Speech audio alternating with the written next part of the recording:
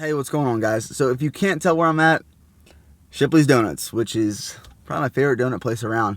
And conveniently, I live like right down the street from one. So it's Saturday morning, 7:40 a.m. right now. Hit the gym early because I have to go into work to finish up some stuff because we're planning on going on block leave for 2 weeks starting Monday. So trying to get everything squared away and taken care of before that.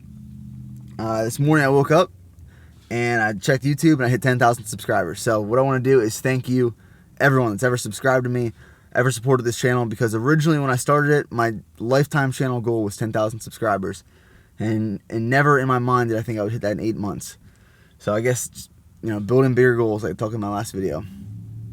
So I hit the gym this morning. I'll show you some clips of that in a little bit, show you what I'm having post-workout. But before I do, I want to let you know of a deal I'm doing for this 10,000 subscriber, milestone. So what I'm going to do is, on my site, flight is going to be buy one, get one free from June 14th to June 19th. So if you want to try my pre-workout flight, go on and buy one, and then you'll get 2 shipped to you. Orders only in the United States. Sorry, but I just have to because of shipping costs for now. So if you want to take advantage of it, please do. I'll show you what I'm having post-workout, and then we'll get into the video, guys. So again, thank you so much from the bottom of my heart.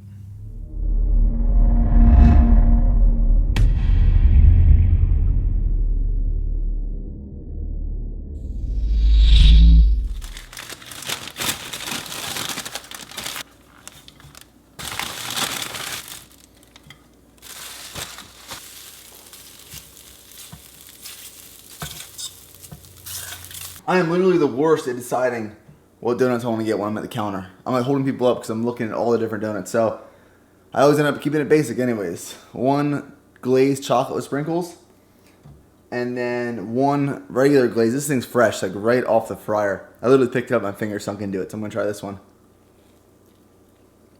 Like, super fresh. And then on the side here, 2 cups of egg whites with 1 cup of oats, just all cooked together, mix it up, and then put it in the pan, and then some ketchup. So I am running super late, running to work. I'll catch you guys afterwards.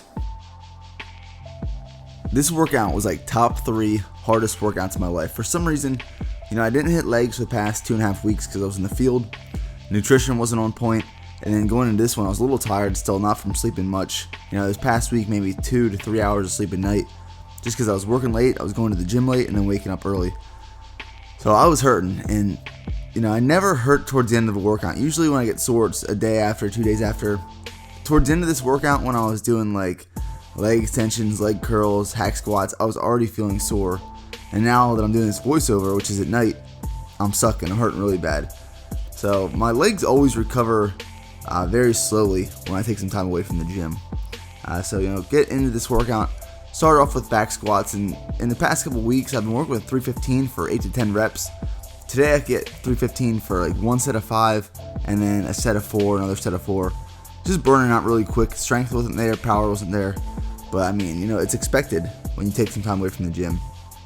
And I'll talk to people that are very affected by bad workouts, so the rest of their day is just ruined if they go into the gym and they can't hit the weight they usually do. But me specifically, a bad workout for me is if I get injured, if an injury prevents me from doing something, if it takes me 3 hours to get through a workout, if someone's talking to me. That's a bad workout for me. But if I go into the gym and I can't hit a weight I did last week or 2 weeks ago, I'm not really affected by it. When I was really focused on powerlifting earlier this year, if I wouldn't hit a PR by 5-10 pounds, I'd be discouraged and I'd be a little upset. But 5 minutes after I was done, it was over. I wasn't affected by it because stuff like that, you can't let it get to you. There's so many factors and variables going on outside of the gym, specifically in my life and in my situation, that I can't blame a bad lift or a missed PR attempt due to a bad workout. It just doesn't make sense to me because, there's so much going on. How much sleep you got the night before, what your nutrition was like, if I did PT that day, if I ran, I did upper body, push-ups, whatever it is, stressors that, not just physical stressors, but mental stressors. There's a lot going on in your life, and if you let one bad workout affect the way your day goes after that, it's just not a very strong and positive influence on, what you're doing in your life. Now, what I like to do is say I go into a workout, and today I throw 275 on the bar, already feels heavy. and I put 315 on the bar and it feels like 450 pounds, like absolutely ridiculous. So I know I'm not going to be hitting any PR strength wise and putting up some big numbers, but I'll counter that with more volume. So, I've dropped down to 275, dropped down to 225, just got more reps in, more volume work in, and then jumping into stuff like extensions and curls and hack squats. I kept it pretty light, but did more reps than usual. So even on like extensions, I did 20 reps. On hack squats, I was working between 15 and 25 reps. Just keeping volume very high. That way, it's not discouraging me from a bad workout, like I talked about earlier. And on days like this, power isn't there, strength isn't there, I'm probably not operating at 100%. The conditions aren't set for me to go in and push myself beyond that threshold of failure. So that's just one way to counteract a bad workout or not having the strength there for that given day. Alright guys, just got home from work. It's around 7:30, 7:45. Ended up working a little later than I thought I would, but we ended up being able to go on leave. So I have the next 2 weeks off starting now, which means plenty of videos, plenty of working out, getting back in shape.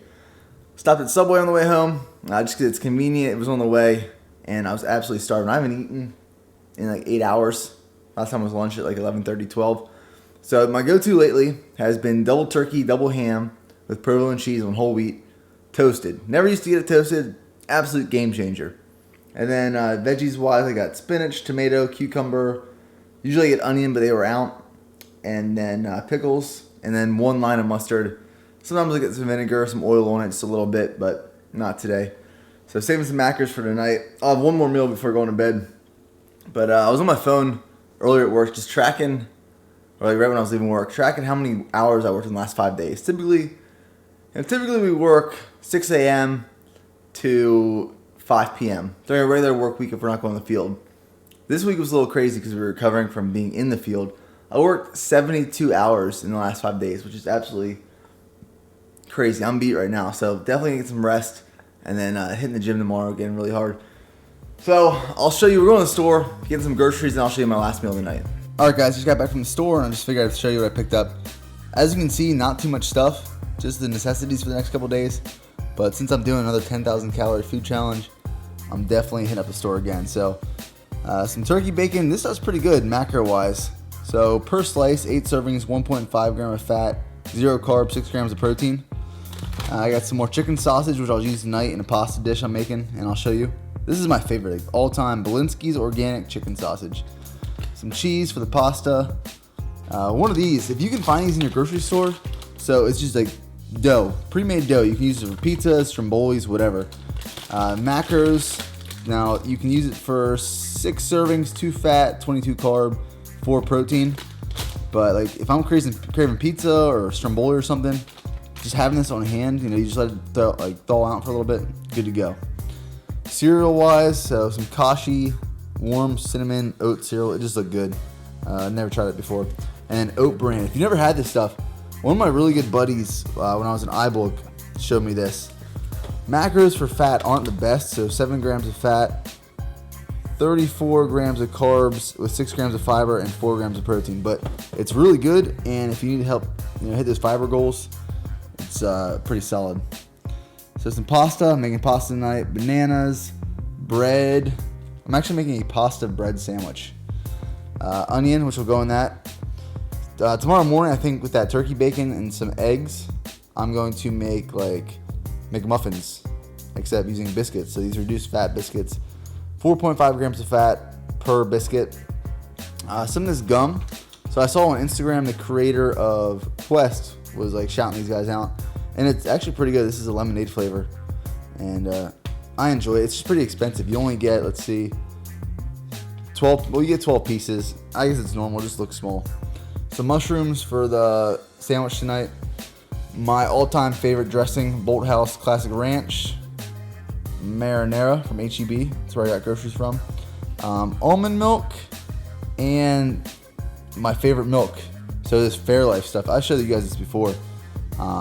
Pretty good macros, but it's just really good and it's high in protein. So it's double the protein per cup, 13 grams of protein, 13 grams of carbs, 4.5 grams of fat. But this stuff's bomb.